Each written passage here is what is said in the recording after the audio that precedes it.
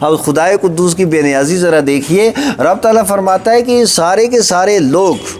ایک میدان میں اکٹھے ہو جائیں اور اپنی ساری خواہشیں لے کر کے آ جائیں اور مجھ سے مانگیں، ان کی خواہش کے مطابق میں انہیں عطا کر دوں اور سب کو میں عطا بھی کر دوں، تو میرے خزانے میں اتنا فرق بھی نہیں آئے گا جتنا سوئی کو سمندر میں ڈال کر کے نکالا جاتا ہے اس کے ساتھ جتنا پانی لگتا ہے اتنی کمی بھی میرے خزانوں میں نہیں آئے گا۔ وہ خزانے ہیں پاک پروردگار عالم کے پاس۔ حضرت سیدنا ابو ذر رضی اللہ تعالیٰ عنہ حدیث کے راوی و آقا کریم علیہ السلام سے روایت کرتے ہیں کہ رب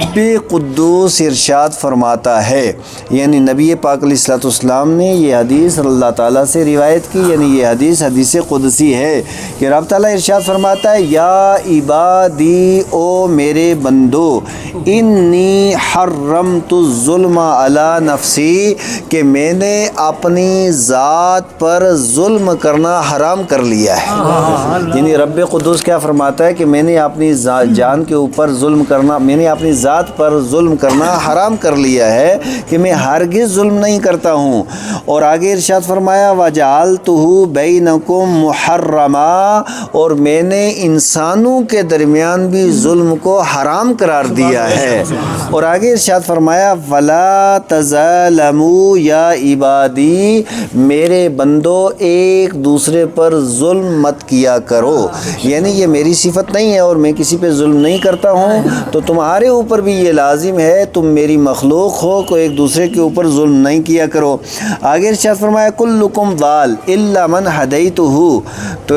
تم سب کے سب گمراہ تھے مگر وہ بندہ جس کو میں نے ہدایت دی۔ اور آگے ارشاد فرمایا، تم مجھ سے ہدایت مانگو میں تمہیں ہدایت دوں گا، تم مجھ سے ہدایت مانگو میں تمہیں ہدایت دوں گا۔ اور ارشاد فرمایا، یا عبادی کلکم جائی اور جائیون، او میرے بندو تم سارے کے سارے بھوکے تھے اور سوائے اس کے کہ جس کو میں نے کھانے کے لیے رزق عطا کیا ہے۔ اے میرے بندو، یا عبادی کلکم عارن، تم میں سے ہر ایک ننگا تھا سوائے اس کے کہ جس کو پہننے کے لیے کپڑے میں نے دیے ہیں۔ یا عبادی انکم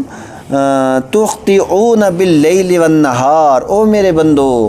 تم دن کو بھی گناہ کرتے ہو، تم رات کو بھی گناہ کرتے ہو۔ وَأَنَا أَغْفِرُ الذُّنُوبَ جَمِيعًا، اور میں تمہارے سارے گناہوں کو معاف کرتا ہوں۔ تم دن کو بھی گناہ کرتے ہو اور تم رات کو بھی گناہ کرتے ہو اور میں تمہارے گناہوں کو معاف فرماتا ہوں۔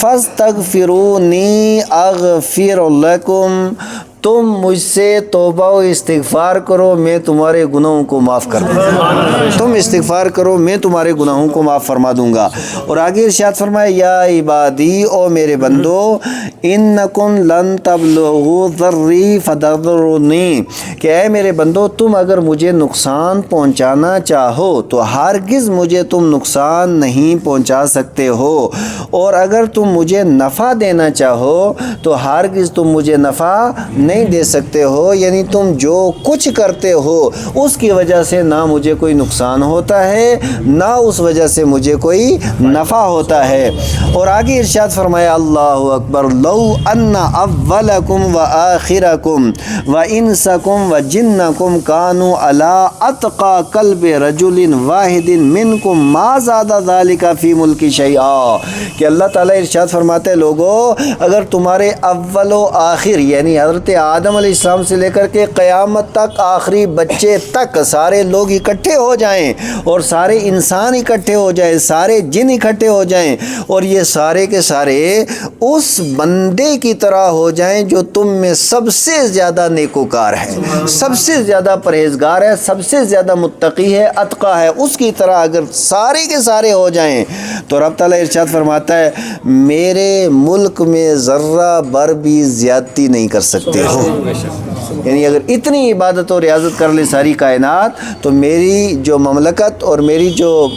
میرا ملک اور میری سلطنت اور میری بادشاہت ہے اس کے اندر کسی طرح کی زیادتی نہیں کر سکتے۔ اور یا عبادی، میرے بندو، اگر تمہارے اول و آخر انسان اور جن سارے کے سارے اکٹھے ہو جائیں اور اس بندے کی طرح سارے ہو جائیں جو سب سے زیادہ گنہگار و بدکار و کردار ہے، افجر ہے،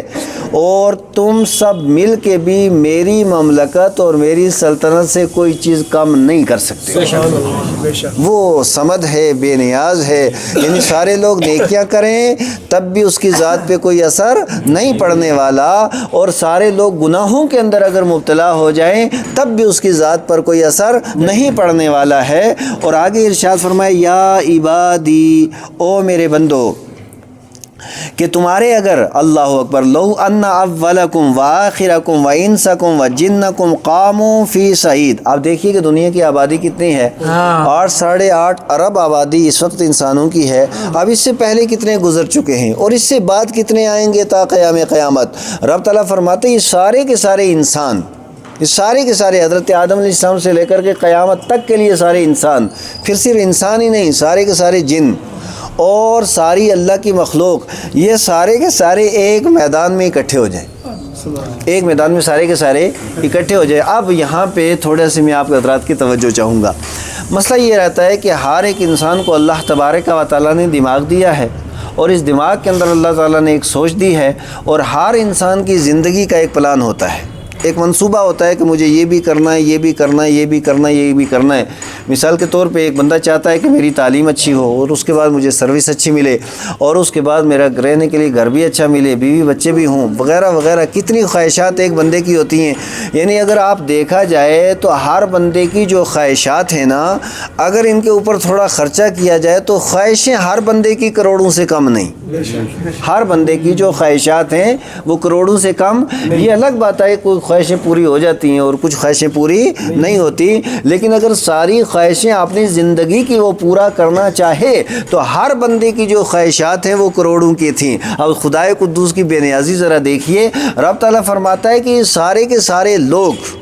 ایک میدان میں اکٹھے ہو جائیں اور اپنی ساری خواہشیں لے کر کے آ جائیں اور مجھ سے مانگیں، ان کی خواہش کے مطابق میں انہیں عطا کر دوں گا۔ ان کی خواہش کے مطابق، ان کی خواہش کے مطابق میں انہیں عطا کر دوں گا، اور ہر انسان کو عطا کر دوں گا۔ لیکن ما نقص ذالک مما عندی الا کما ینقص المخیط اذا ادخل البحر یا عبادی۔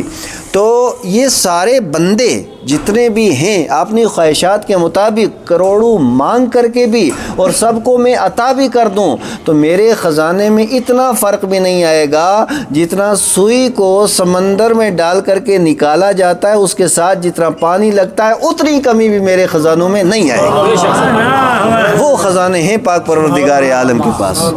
اور آگے رب قدوس ارشاد فرماتا ہے اے میرے بندو، اے میرے بندو، انما ہی اعمالکم احصیھا لکم، یہ جتنے تمہارے اعمال ہیں سب میں نے گن کے رکھے۔ یہ رات کے اندھیرے میں کیا کرتے ہو، دن کے اجالے میں، صبح شام دن رات، کہاں دکان پہ مکان میں میدان میں بیٹھ کے کیا کرتے ہو، ہر ایک کو میں نے شمار کر کے رکھا ہے۔ اور آگے ارشاد فرمایا کہ میں ہر ایک کی تمہیں جزا بھی دوں گا، ہر ایک کی جزا بھی دوں گا جو عمل تم کرتے ہو۔ فمن وجد خیرن، اب تم میں سے اگر کوئی آدمی بھی بھلائی پائے، یعنی کسی آدمی کو جو کچھ ملتا ہے تو رب تعالیٰ فرماتا ہے اسے چاہیے کہ وہ اللہ تبارک و تعالیٰ کی حمد و ثنا کرے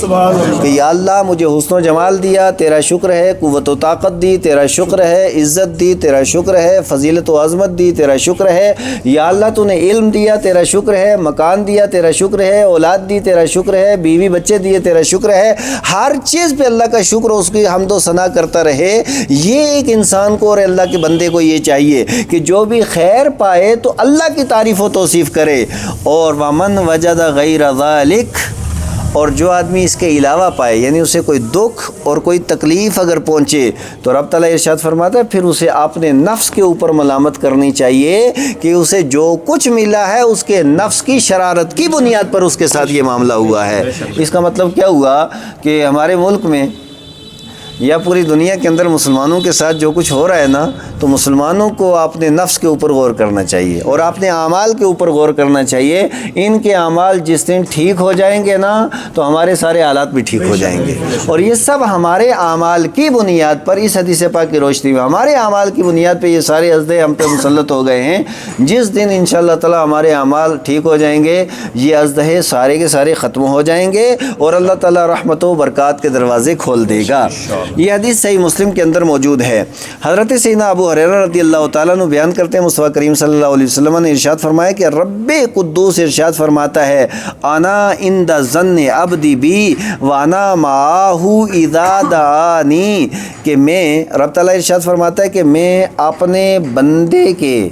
گمان کے مطابق اس کے ساتھ معاملہ فرماتا ہوں، یعنی میرا بندہ جیسا مجھ سے گمان رکھے گا میں ویسے ہی معاملہ اس کے ساتھ کروں گا۔ اور آگے ارشاد فرمایا اللہ اکبر وانا معہ اذا دعانی، میرا بندہ جب دعا کرتا ہے میں اس کے ساتھ ہوتا ہوں، جب وہ دعا کرتا ہے میں اس کے ساتھ ہوتا ہوں۔ مطلب کیا ہوا کہ دعا کرتے جائیے اور اللہ کے خزانے لوٹتے جائیے اور اللہ کے خزانے لیتے جائیے۔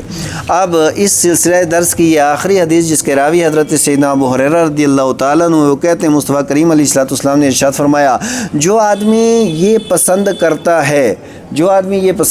ہے کہ مصیبت کے اندر اس کی دعا قبول ہو، مصیبت کے اندر، اور کون نہیں چاہتا جب مصیبت میں بھائی ساتھ چھوڑ دیتے ہیں۔ بسا اوقات تو ہم نے یہ بھی دیکھا کہ بیٹا باپ کا ساتھ چھوڑ دیتا ہے اور باپ بیٹے کا ساتھ چھوڑ دیتا ہے۔ زندگی کے اندر ایسے مراحل اور ایسے موڑ بھی آ جاتے ہیں جہاں بیوی شوہر کا تو اکثر ساتھ چھوٹ ہی جاتا ہے، اور کئی ایک رشتے جو حقیقی رشتے اور خونی رشتے بھی جہاں ساتھ چھوڑ دیتے ہیں۔ اب خدا کی رحمت پکارتی ہے کہ میرے بندو تم اگر یہ چاہتے ہو نا کہ مصیبتوں کے وقت تمہاری دعائیں قبول ہوں، کیونکہ اس وقت انسان کا دل ٹوٹا رہتا ہے، اس وقت بندہ چاہتا ہے نا اس مصیبت سے میں باہر نکلوں، تو اللہ کے پیارے محبوب فرماتے ہیں کہ جو آدمی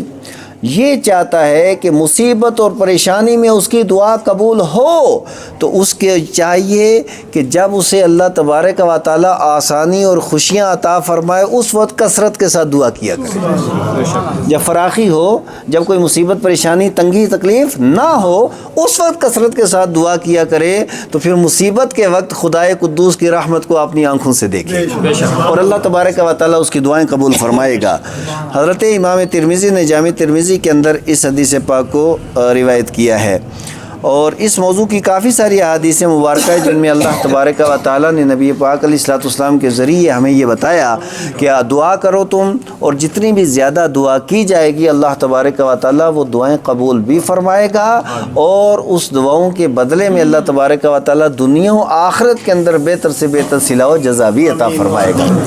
اللہم صلی وسلم علی سیدنا حبیبنا شفینا مولانا مولانا الجنہ محمد وبارک وسلم صلاۃ والسلام علیک یا سیدی یا رسول اللہ۔ اللہم ربنا آتنا فی الدنیا حسنہ وفی الآخرۃ حسنہ وقنا عذاب النار۔ اللہم ربنا افرغ علینا صبرا وثبت اقدامنا وانصرنا علی القوم الکافرین۔ یا اللہ درس قرآن درس حدیث کو عام سے عام تر کرنے کی توفیق عطا فرما، مولا اچھائیاں اور نیکیاں کرنے کی توفیق عطا فرما۔ یا اللہ گناہوں بے حیائیوں برائیوں سے بچانے کی توفیق عطا فرما۔ عالم اسلام پہ علم و فضل و کرم و احسان فرما، ہم سب کی دنیا و آخرت بہتر سے بہتر فرما۔ یا اللہ شر نفس و شیطان سے ہم سب کی حفاظت فرما، دین و سنت کے سیدھے راستے پہ چلنے کی توفیق عطا فرما۔ یا اللہ تیرے جن نیک بندوں نے نبی پاک علیہ السلام کے فرامین مقدسہ فرمودات عالیہ سنے، ان تمام حضرات کی دنیا و آخرت بہتر سے بہتر فرما، ان تمام حضرات کے جائز مقاصد اور نیک نیتیں پوری فرما۔ ہمارے روزے تراویح تلاوت اپنی بارگاہ میں قبول فرما۔ یہ چند لمحات ماہ رمضان کے بچ گئے، یا اللہ اس کے برکات اور اس کے ثمرات ہم سب کو عطا فرما۔ وصلی اللہ تعالی علی خیر خلق محمد و آلہ و صحبہ اجمعین و بلا الہ الا اللہ۔